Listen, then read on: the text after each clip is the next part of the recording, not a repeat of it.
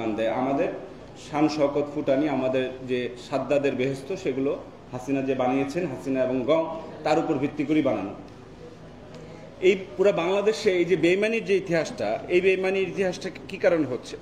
আপনি আজকে আমরা অন্য আরেকটা রকম হতাশা, হাহাকারের কথা এখানে শুনতে পেলাম যে একটা গণঅভ্যুত্থান হয়েছে, গণঅভ্যুত্থান বিজয়ী হয়েছে, শেখ হাসিনা পরাজিত হয়েছেন, কিন্তু বিপ্লব কি চলমান আছে? গণঅভ্যুত্থান জয়ী হয়েছে, কিন্তু কেউ কেউ বলছেন, সেই কথাটাকে যদি এই ভাষায় আমি একটু বলি, এই ভাষায় যদি আমি বলি যে একটা গণঅভ্যুত্থানের মুখে বা বিপ্লবের মুখে একটা ঠুলি পরানো হয়েছে। ঠুলিটা কি? গরুকে যখন হাল বাওয়ানো হয় তার মুখে একটা ঠুলি পরানো হয়, যাতে সে হালটা শুধু বইবে, ঘাসে মুখ দিতে পারবে না, ধানে মুখ দিতে পারবে না।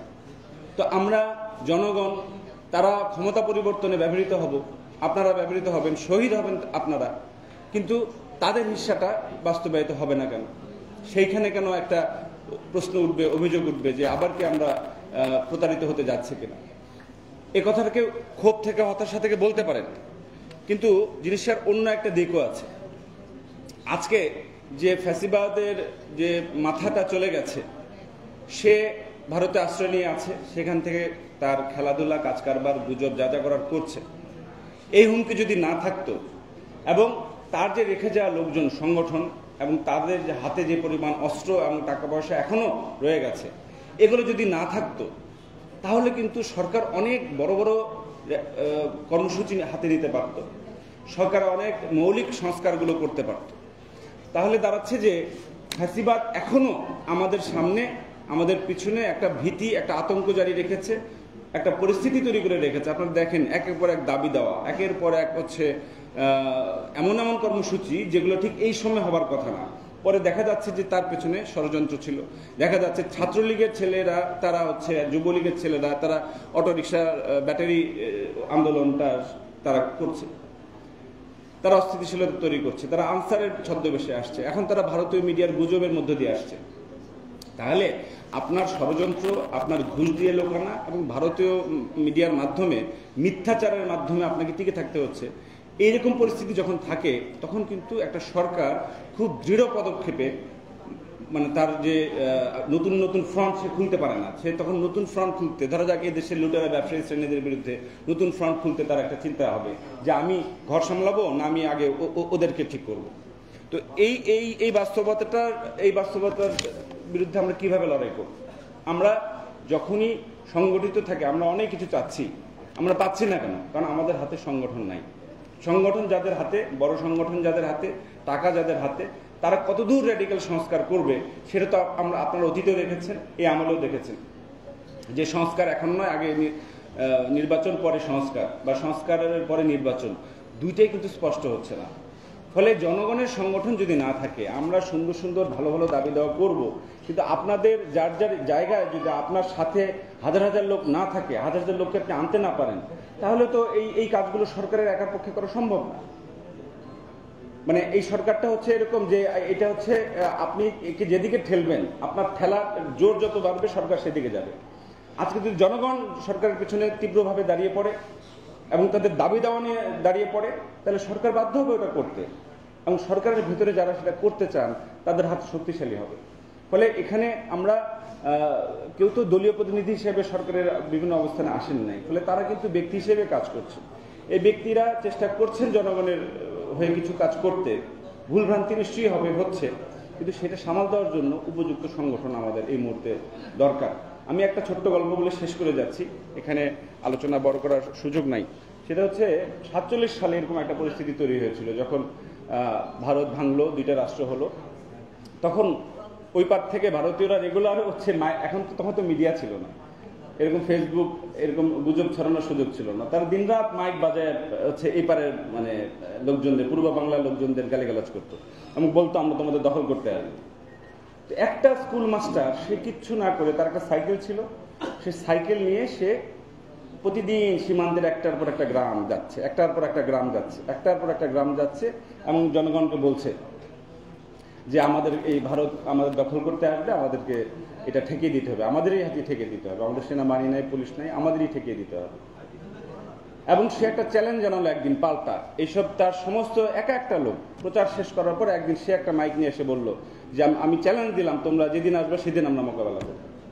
এবং ওই দিনে সীমান্তের পুরো বিশাল অঞ্চল জুড়ে হাজার হাজার মানুষ এই লোকটার ডাকে এসেছিল।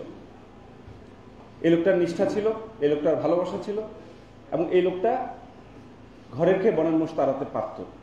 তার যদি প্রতিদিনের নিজের পরিবারকে বা সন্তানকে সময় না দিয়ে সে যদি সময় দিয়ে এই কাজ করতে চাইতো পারতো না, ক্যারিয়ার করতে চাইতো পারতো না।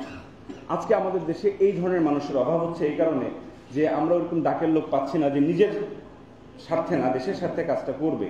আমাদের যাবতীয় বড় বড় কাজ, বিপ্লবী আকাঙ্ক্ষার মধ্যে আমাদের ব্যক্তিগত আকাঙ্ক্ষা, ব্যক্তিগত বলয়ের আকাঙ্ক্ষা এগুলো মিশে যায়, আমাদের মতবাদ মিশে যায়, আমাদের ভাই বেরাদর মিশে যায়।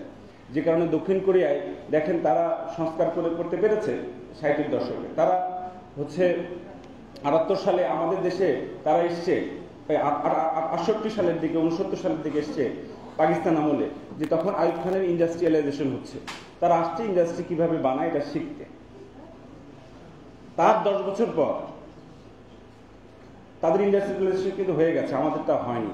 তারপরে আমরা 78 সালে লোক পাঠাচ্ছি সেই দক্ষিণ কোরিয়ায় তাদের কাছ থেকে গার্মেন্টস শিল্প শিখতে। সেই সাউথ কোরিয়ার কোথায় আমরা, কারণ সাউথ কোরিয়া একটা দালাল মধ্যশ্রেণীটাকে শেষ করে দিয়েছিল সে দেশের। প্রথম কাজটা করেছিল জাপানিরা, ওদের দখল করতে এসে তারা ডিরেক্ট রুল করবে, ফলে মধ্যবিত্তকে দরকার নেই, কারণ জাপান আর কোরিয়া খুব কাছাকাছি, লাভ দিয়ে পড়লেই হয়। ফলে তার সে সরাসরি শাসন করবে বলে এই উকিল, মুক্তার, ডাক্তার, এই ধরনের মধ্যস্বত্বভোগী তাদেরকে তারা সরিয়ে দিয়েছিল। ফলে তারা যখন সংস্কার করতে গেল, আমাদের এখানে একজনকে ধরলে, একটা খারাপ লোককে ধরলে তার একটা ফেরেশতা ভাই আসবে, তার একটা বুদ্ধিজীবী শ্যালক আসবে, তার একটা হচ্ছে খুব পরেশগার মানে ধর্মীয় প্রভাবশালী আত্মীয় আছে, সে আসবে। আপনি লোকটাকে জেলে পুরতে পারবেন না, আপনাকে ছেড়ে দিতে হবে। তো এই যে লতায় পাতায় লুটপাটতন্ত্রের জায়গা, সেটাই কিন্তু ফ্যাসিবাদ। এবং সেই লতায় পাতায় এই নেটওয়ার্কটা এখনো টিকে আছে, এখনো জারি আছে। এইটা যদি আমরা ভাঙতে না পারি তাহলে কিন্তু আমাদের এই সংস্কারও একটা গতানুগতিক কথার মধ্যে শেষ হয়ে যাবে, এবং বাংলাদেশটা একটা মানে একটা আশার যে জাগরণ হয়েছিল, সে আশার জাগরণটা হয়তো সাময়িক সময়ের জন্য ফুরিয়ে যাবে। কিন্তু আমি আরেকটা জায়গায় আশাবাদী যে আমাদের নতুন যে এই যে নতুন মধ্যবিত্ত তৈরি হয়েছে, আজকে এখানে যারা এসছেন, এরা গ্রামগঞ্জ শহর থেকে উঠে আসা নিম্ন মধ্যবিত্ত পরিবারের, কৃষক পরিবারের সন্তান। এরা ধানমন্ডি বনানীর লোক না, তারা বিদেশমুখী। আমাদেরকে এই দেশেই থাকতে হবে। এই শ্রেণীটা আগের যে কোনো সময়ের থেকে অনেক বড়। পুরা ঢাকায় তাদের জনসংখ্যা এককভাবে 70-80 ভাগ, তারা দেশেও তাই। এবং তাদের সন্তানেরা এখন শিক্ষিত, বিশ্ববিদ্যালয়ে পড়ে আসছে তারা। এই যে আপা বললেন তার সন্তানকে তিনি পড়াচ্ছিলেন, সেই সন্তানটা শহীদ হয়ে গেছে। তো এইটা হচ্ছে শ্রমজীবী এবং বিশ্ববিদ্যালয়ের ছাত্র, ওদের মধ্যে যে কারণে আমরা ছাত্র জনতা কথাটা পেলাম। এই ছাত্র জনতার একটা নতুন একটা কোয়ালিশন তৈরি হয়েছে, এটাকে আমাদের চোখের মনির মতো রক্ষা করা দরকার এবং এটাকে শানিত করা দরকার।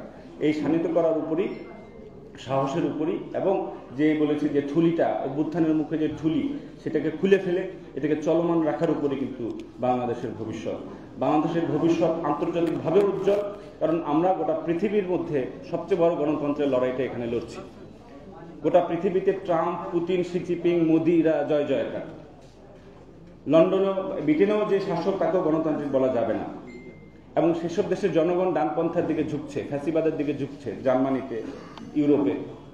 একমাত্র বাংলাদেশ হচ্ছে একটা ফ্রন্টিয়ার জায়গা, যেখানে গণতন্ত্র, বাক স্বাধীনতা, নাগরিক অধিকারের জন্য এত মানুষ জীবন দিয়েছে।